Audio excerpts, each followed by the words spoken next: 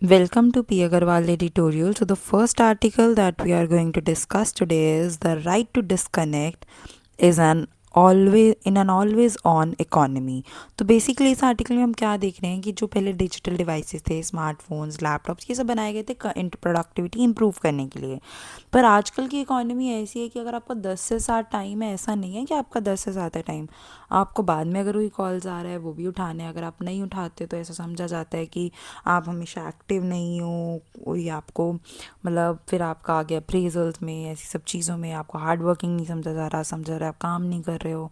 तो एम्प्लॉयज़ को एक्सपेक्टेड है कि वो रिप्लाई करें मेल्स मैसेजेस इवन जब वो वीकेंड्स नाइट हॉलीडेज इन सब पे हैं. ये चीज़ बाउंड्री जो वर्क लाइफ बैलेंस है वो ख़राब करती है. तो शशि थरूर आर्ग्यू करते हैं कि इंडिया को लीगली रिकोगनाइज करना चाहिए द राइट टू डिस्कनेक्ट. तो what is the right to disconnect is कि एक लीगल राइट है एम्प्लॉयज़ के पास to switch off the work related communication after duty hours, refuse to answer the calls, late night emails or calls, and ensure that they are not treated as 24 into 7 servants of the economy. और उनकी mental health, family time, personal time, rest, recovery, ये सब protected रहें. तो ये reform क्यों ज़रूरी है? क्योंकि कांस्टेंट अवेलेबिलिटी कल्चर का इसका मतलब ये नहीं है कि डेड कि बंदे में कि अगर वो कॉन्स्टेंटली अवेलेबल नहीं है, इसका मतलब ये नहीं है कि वो डेडिकेटेड नहीं है या वो कमिटेड नहीं है. पर ये एक serious labour and health problem है अगर वो सारा टाइम उसे अवेलेबल रहना पड़ रहा है. Data highlighted for India from International Labour Organization, हम क्या देखते हैं कि जो 51% इंडियन वर्कफोर्स है वो वर्क करती है more than 49 hours per week. तो इंडिया रैंक करता है second in the world for long working hours. Survey shows कि 78% प्लस एम्प्लॉयज़ को बर्नआउट फेस होता है ओवरवर्क से, एग्जॉशन, फिर errors, reduced creativity and falling productivity.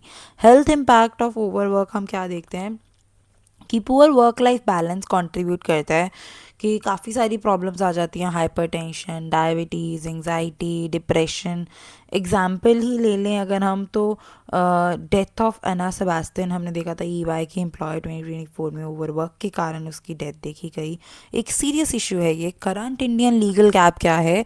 India के पास occupational safety, health and working conditions code 2020 तो है, बट प्रॉब्लम्स क्या है कि वो सिर्फ ट्रेडिशनल वर्कर्स को प्रोटेक्ट करते हैं, कोई क्लियरली नहीं कवर करता ऑल एम्प्लॉयज़ या contractual staff, freelancers, gig workers.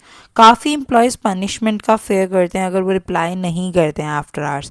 थरूज का प्रपोज्ड बिल क्या है? He introduce a private members bill to fix this. तो बिल क्या कहते हैं कि अमेंड करें हम 2022 कोड को और अप्लाई करें right to disconnect to all categories of employees. दो मेन प्रोटेक्शन है इसकी, कोई एम्प्लॉय पेनलाइज या डिस्क्रिमिनेटेड नहीं करा जाना चाहिए क्योंकि उसने सिर्फ इसलिए कि उसने वर्किंग आवर्स के बाद रिप्लाई नहीं किया. Second is protection B is a proper system for filing complaints, resolving grievances अगर ये राइट वायलेट होता है तो. इंटरनेशनल प्रेसिडेंट्स क्या हैं?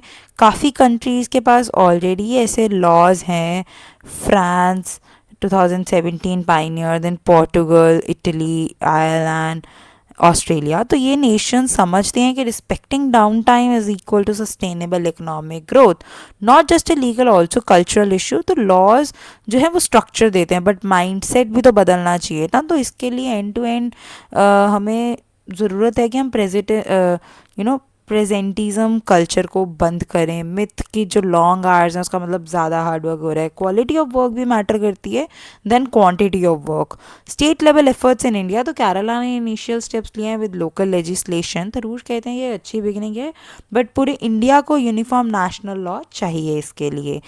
Then awareness and implementation needed for success. ये नहीं है कि हम सिर्फ कह दें और बात खत्म हो जाए, नहीं. ट्रेनिंग प्रोग्राम्स, सेंसिटाइजेशन वर्कशॉप्स और मेंटल हेल्थ काउंसलिंग सपोर्ट की भी उतनी ही ज़रूरत है.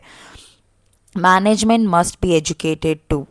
Conclusion is right to disconnect is not anti work, it is an investment in people, an investment in productivity, an investment in national health. So, India must choose between burnout economy and healthy workforce. America's Venezuelan actions are most unlawful. तो हमने देखा है basic rule under UN charter, तो article 2(4) of the UN charter strictly prohibit करते हैं कि कोई भी कंट्री मिलिट्री फोर्स किसी दूसरी सोवन कंट्री के अगेंस्ट नहीं यूज़ कर सकती। War is not allowed as a normal tool to settle disputes any more. तो सिर्फ दो ही लीगल एक्सेप्शंस हैं, अगर तो सेल्फ डिफेंस के लिए ऐसा कर रही है कोई कंट्री कि उसको एक कंट्री फेस करती है कि एक एक्चुअल आर्म्ड अटैक हो रहा है किसी और स्टेट से। एक्सेप्शन भी है कि यूएन सिक्योरिटी काउंसिल अथॉराइजेशन कि military action approve collectively by the UN. और वेनेजुएलियन केस में कोई भी चीज़ ऐसी प्रेजेंट नहीं थी, इसलिए यूएस ऑपरेशन का कोई लीगल बेसिस है ही नहीं था। Contested justifications don't apply. कई बार क्या होता है, फोर्स स्ट्रेच कर दी जा सकती है कि अगर आपके साथ प्रिमिटिव सेल्फ डिफेंस आप कर रहे हो या आप कोई एंटीसिपेटरी एक्शन ले रहे हो अगेंस्ट टेररिज्म या ह्यूमैनिटेरियन इंटरवेंशन है। बट यूएस तो और भी ज़्यादा आगे चला गया और क्लेम कर रहा है कि it was only a law enforcement operation. Law enforcement आप कैसे लगा सकते हो? कोई वैलिड ग्राउंड है आपके पास कि आप किसी और कंट्री को अटैक कर रहे हो? Monroe doctrine mentality. तो यूएस बिहेवियर रिफ्लेक्ट करता है old style thinking that America can control western hemisphere politics. So this is against the sovereignty of smaller nations, against anti imperial struggles of the third world.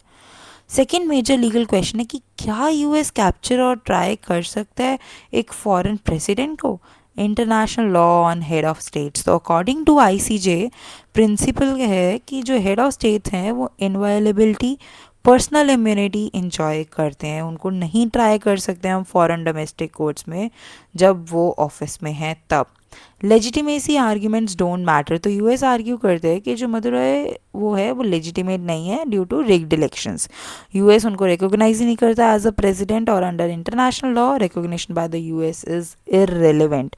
क्या matter करता है? Test of effective control के इस वक्त मदुरॉय administration में थे, उनका effective control था वेनेजुएला पे, thus he was legally the head of the state, so he is entitled to immunity. Dangerous precedent क्या है कि अगर कंट्रीज डिनाई कर दें immunity based on their opinions, global diplomacy would collapse. Any state would capture leaders it dislikes. Internationally wrongful acts.